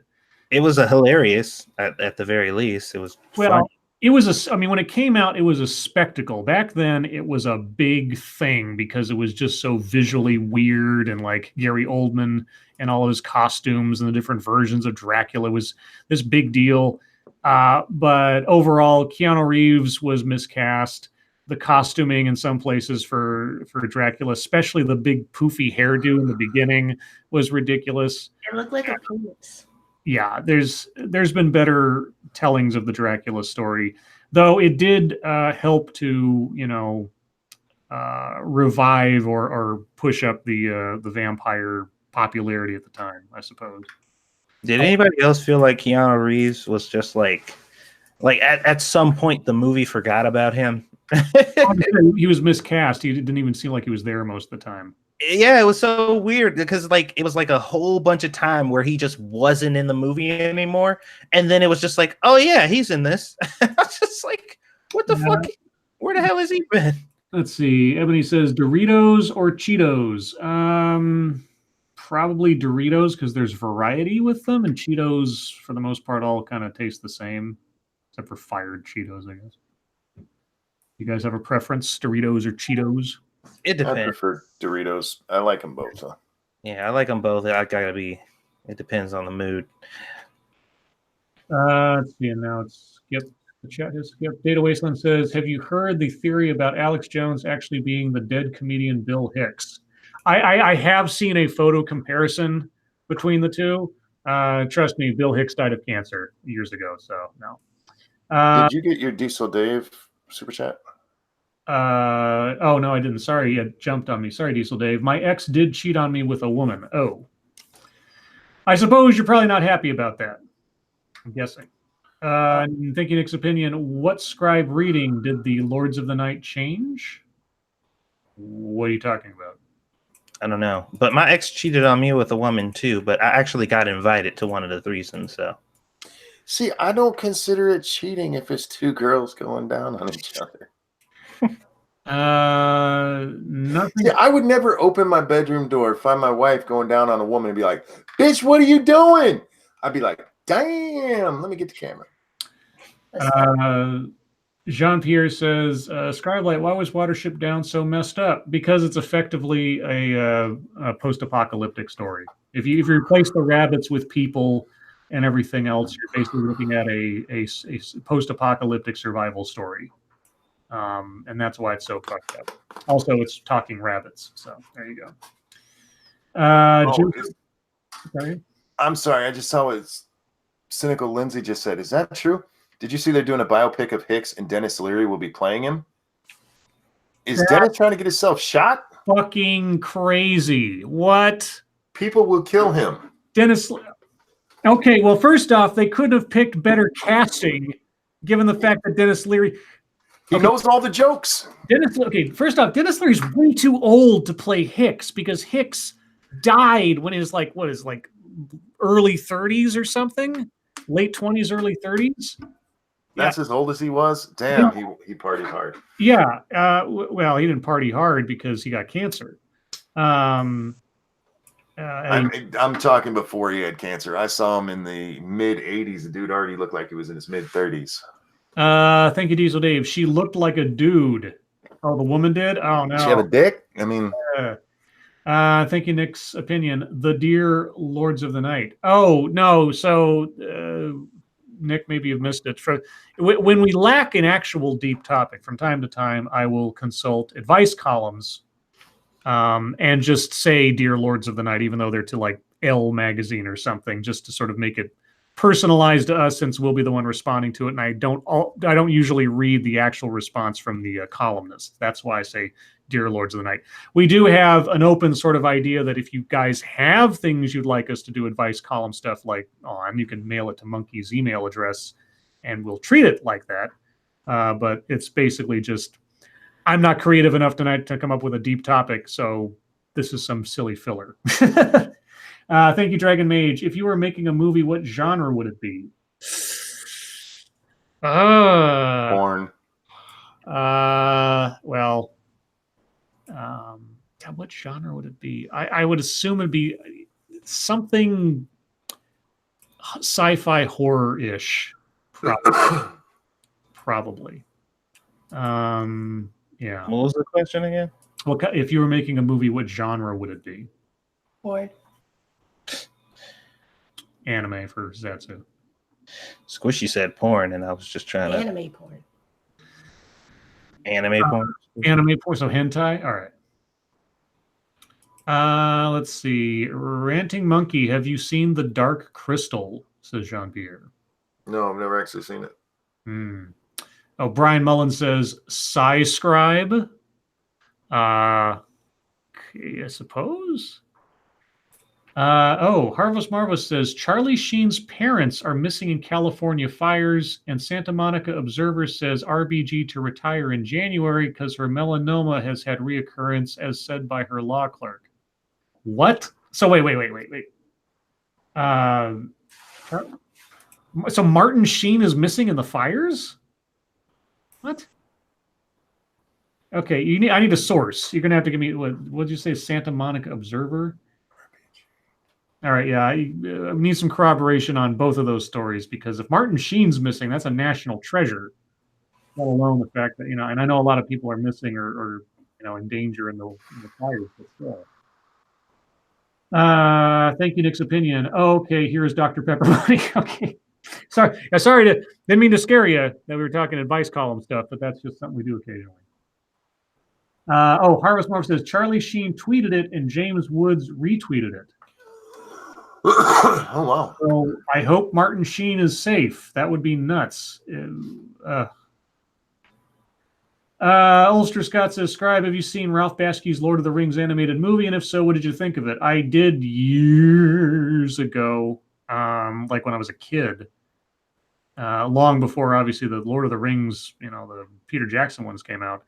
I always thought it was found that animation style where they basically just like drew over film to be kind of weird and scary when I was a kid for some reason because the imagery was so nuts. And I'm talking about when I was a little kid, so I haven't seen it for a very long time. And that's all I remember is just some of the scary monsters and like the Witch King and everything making me scared as a kid. That's about all I remember.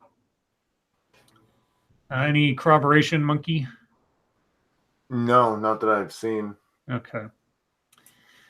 Let's see. Hypnagogic Monk. Holy shit, Ruth Bader Ginsburg is retiring in January? Well, I don't know. Unless you guys have a source for that's actually from her or like reputable sources. That's just a rumor right now. Pirates Creed. Any movies that are so bad they're good? Any what? Are there any movies that are so bad they're good? Like there's Tales lots. from the Hood too. Tales from the Hood. There you go. They were just Tales from the Hood 1, for God's sake. So bad that they're good. The Room is like the most modern classic of such. Plan 9 from Outer Space is the old classic. There's lots of, and it all depends. I mean, you can have a bad movie that's sitting there watching it alone. It's still a bad movie. You can have a bad movie sit there watch with friends. It's fucking hilarious. Like Battlefield Earth. Don't watch it alone. Watch it with a bunch of drunk friends. You'll have a great time. What else? Scribe. Did we get a source on the Ruth Bader Ginsburg story? Because I'm not finding that anywhere. The Santa Monica Observer, whatever that is. Charlie Sheen's tweet, Stargazer Nuts has given us the link. Charlie Sheen, I cannot get a hold of my parents, Martin and Janet Sheen. They are in the group at the staging ground near Zuma Beach. If anyone has eyes on them, please let me know that they are safe and sound in the middle of this horrific scenario. Thanks in advance. Okay. All right.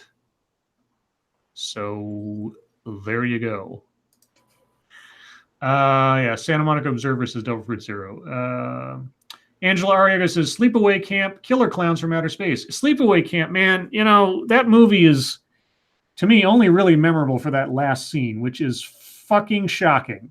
You watch that whole movie, that last scene, and the look on that kid's face really makes up for what is otherwise a pretty mediocre movie. But man, that is a terrifying scene at the end, I will say. Jenna P. Mom went on a ride on her cruise. Ride went off track. She landed in the ship's storage, ended up black and blue, and they asked if she wanted to go again. Whatever cruise line that is, sue them. Was it a Carnival cruise ride? Because that sounds like a circus. Cynical Lindsay says, I'm a bigger fan of Peter Jackson's earlier movies. Dead Alive, I think, is still one of the grossest and most fun horror movies I've ever watched. The pudding scene, oh God. Just thinking about it now makes my stomach twitch. Ugh. And The Frighteners, I still think is a great movie that doesn't get talked about enough. But, let's see. Old Grouchy Gamer says, we used to get a bunch of people together and play albums and watch bad movies with the sound off. Well, putting on bad movies with the sound off is what they do at like goth clubs. They have a bunch of TV screens and put on some old movie and then just play industrial music in the background. Anything on Ruth Bader Ginsburg, Monkey? I'm reading the story and I don't see where anybody's saying she's actually Retiring. Yeah. And the weird thing is that this says the Democrats simply must win back the Senate in 2018. Progressives feel, but it was written today. Okay. What this is saying is that her law clerks have been told that her melanoma has come back. Right. And that apparently she notified Democratic members of the Senate about her medical condition. But it's been a while ago, apparently, that she told them, because according to this, it explains why they went so hard after Kavanaugh. The only other source I find on this is a Reddit post, which obviously doesn't make a whole lot of. Now, I'm not saying it's wrong. This story just doesn't quote anybody or actually say it, other than in the headline that she's going to retire in. Yeah, speaking privately. Yeah. Okay. Well, may or may not be breaking news, guys. If that is true, well, let's wait and see if we get some kind of corroboration on that, because that will be the next gigantic clusterfuck in our country, at least as far as the media and all the sides are concerned, if that actually happens. And again, with the way this is written, with that, they must take back the Senate in 2018. I mean, that election's over. Yeah. That's a weird line to be in this. Angela Arriaga says, ooh, good bad movies. Check out anything from Full Moon or New Moon Productions. Full Moon Entertainment, man. Those guys were making like the comic books of movies back in the 90s, like Doll Man and Puppet Master and Demonic Toys and Doll Man versus the Demonic Toys. We're talking about a shared cinematic universe before there was the MCU. Full Moon had it going on. They had like crossovers with all their properties and stuff. And Puppet Master 2 is still my favorite Puppet Master movie, primarily because of that Charlie Spradling, I think the actress's name is. There's this one scene where Charlie Spradling gets out of bed with her top off. Oh man, my teenage hormones are so happy about that. Let's see. Harvest Mower says, Scribe Light, the dude from the vampire movies, Radu. Remember him from Full Moon? Yeah, was it Bloodstone? Or what was it? God, I want to say it. No, it wasn't Bloodstone. That was a different movie. Subhuman or something like that. I forget now. See, the Toxic Avenger was so bad it's good. Toxic Avenger is great. It's great. Let's see. Oh, thank you for sending me that article, Prosper. I'd already found it. I was just going through it, seeing what I'd missed. Because sorry, that's the Ginsburg one. Right. She was nice enough to send it to me. Yeah, we need at least one other source some newsworthy source telling us that that's actually true. Wow. What? Cynical Lindsay sent me the article. Yeah, they're gonna have Dennis Leary play Bill Hicks. That doesn't make any fucking... Okay, like I said, first off, he's too old. Second off, it's blasphemy given the fact that Leary stole his entire fucking act from Bill Hicks. Say what you want about Bill Hicks and the quality of his comedy and everything else. Dennis Leary completely stole Bill Hicks's, like, his mannerisms, his act, his jokes, his timing. Wait, here's a quote that they actually interviewed him about taking this role, and this is what he said: "I've always admired Bill from afar. He's a real icon for guys like me. We came from different places. I'm from Boston, and he isn't. And of course, our careers took different trajectories. I became massively successful, and he died." Okay, you know what? This is one of those grounds where I say this guy should not play Bill Hicks. Not because he's not Bill Hicks, not because he's not the right color or something, but fuck you if that's how you actually look at the subject you're about to portray. I mean,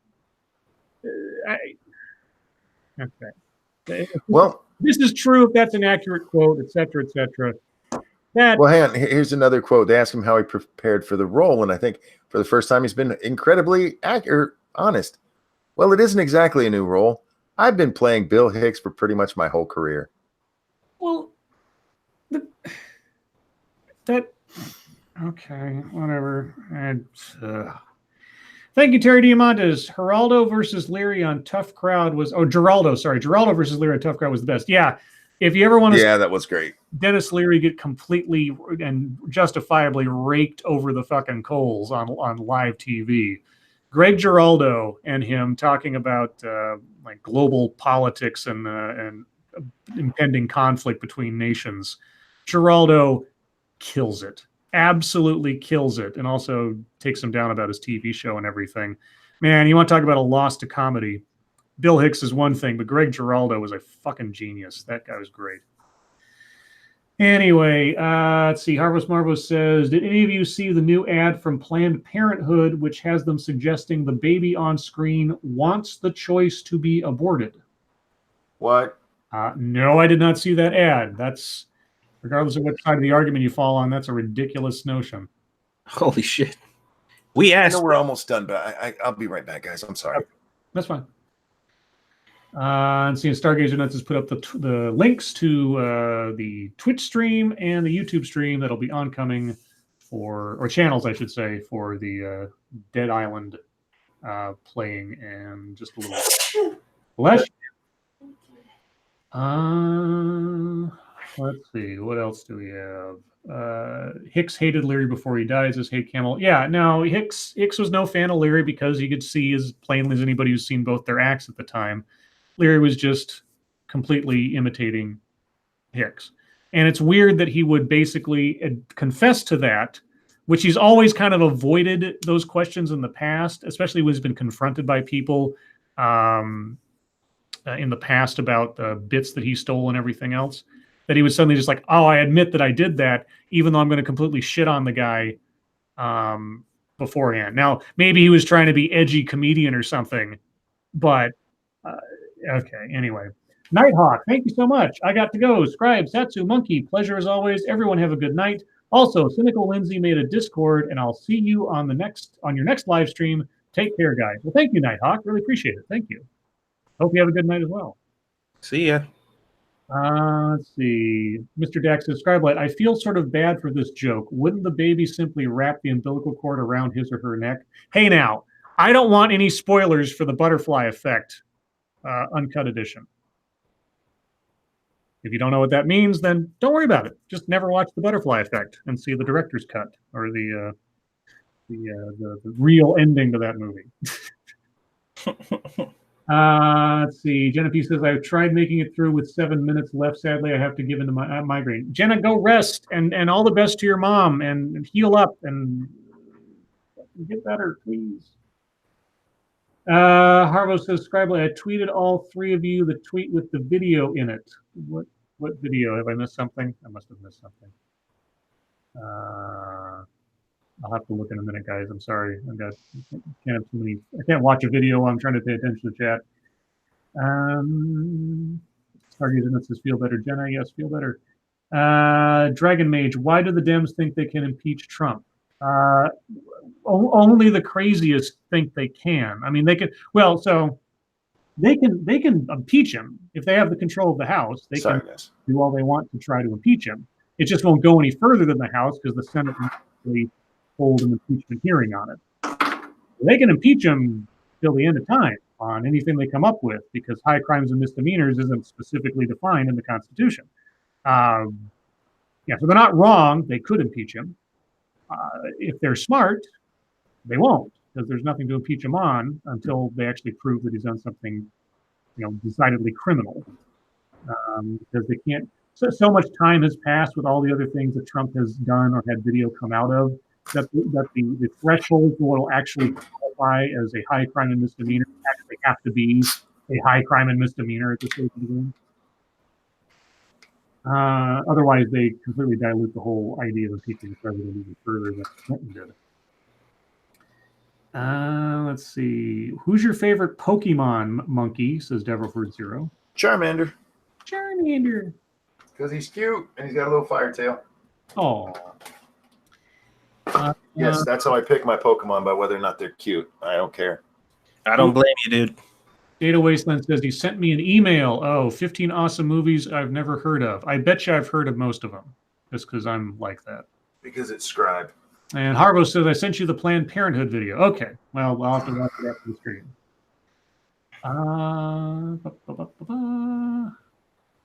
Let's see. 4 minutes to go, guys. You have any other questions, comments, or anything? Let us know. Ebony Williams says Squirtle. Dragon Mage says Squirtle's cute. Is Alakazam a Pokemon? I don't know. Angela says Eevee. Is that a Pokemon? I can't tell. Yep, those are all Pokemon. Eevee's adorable. I don't like Eevee. Diesel Dave says, speaking on the mic. Sorry, I'm leaning away from my mic. I'll get closer. It's that the screen's on one side of the table and my mic's on the other. My God. What? I just watched that commercial. Oh, okay. Let's see. Red Castry says, refund or not refund on Fallout 76? I haven't been convinced that it was wasted money yet. I want to have the full game come out, and I want to run around with Satsu and Monkey some more and actually dive into the game more fully. I think I'll put it this way. If you buy it planning to make it a single-player game or run it that way, you're going to have a bad time. I'll just tell you that right now. Unless you're really, really, really just a die-hard Fallout fanatic, it does not play well as a single-player game so far as I've seen. Maybe some changes will alter that by the time the full version comes out, or they'll have some expansions or something. But it really is a game suited for team play and friend play. So let's see. Cynical Lindsay says, what is your favorite trauma movie? My favorite trauma movie? Maybe Danger Children at Play. I think that's a trauma movie, or they bought the rights to it at least. Yeah. Although for those of you that are interested in movies in general, a really great book to read is called Everything I Learned About Movies. I Learned from the Toxic Avenger, or it's titled something like that. It tells the whole story of trauma and independent filmmaking at that time and everything else. It's a great book. Thank you, Diesel Dave. I missed the show last night, but it was for a good reason. I finally met one of my friends from Xbox Live. Well, good. Congratulations. Hope that went well. I mean, meeting strangers on the internet. Did you have sex? Not just for sex. I'd be happy when I can meet my homie. It's been 13 years we've been gaming together. What is with all the retracted messages in chat? Well, they're afraid because of their spelling mistakes that I will excoriate them. That's why. But wait, oh, never mind. I see what random did there. Never mind. Let's see. Squirtle, says Cynical Lindsay. Out of sequence, but whatever. Let's see. Data Wasteland, Scribe Light, will you play 7 Days to Die with us Wednesday night? No. Wednesday, weeknights, I have to work the next morning. So after the stream, I'm pretty much on an hour clock or so before I'm going to fall asleep. So, yeah, we're gonna have to figure out something for 76 and set a time aside for that where it works. Not that we can't go off and run around ourselves occasionally, but what else? 1 minute to go. Actually, probably less than a minute, guys. Anything else before we go? I guess we'll just call it there. All right, guys. Thank you so much for joining us, as you always do every night. That is the show, as it were. Thank you, moderators, for keeping an eye on things, even though everyone is apparently policing themselves tonight by taking their messages out of sequence. Hope it wasn't anything awful.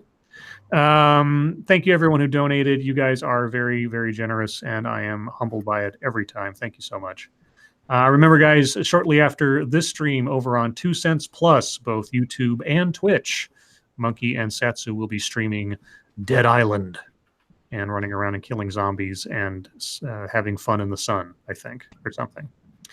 Remember also that tomorrow night, per usual, will be on Monkey's channel at the same Lords of the Night time.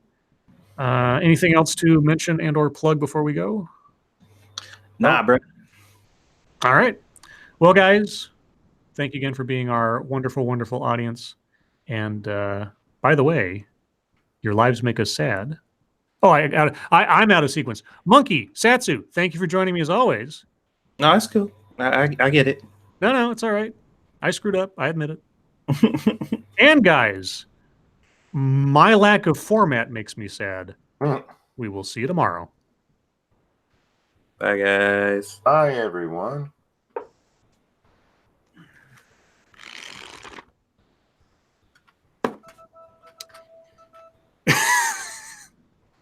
I swear this is true. I open up my Screw the Roses, Send Me the Thorns, the Romance and Sexual Sorcery of Sadomasochism book. And I swear to God, it's true. You want to know what the today's secret word is? Let's hear it. Today's secret word is spatulas.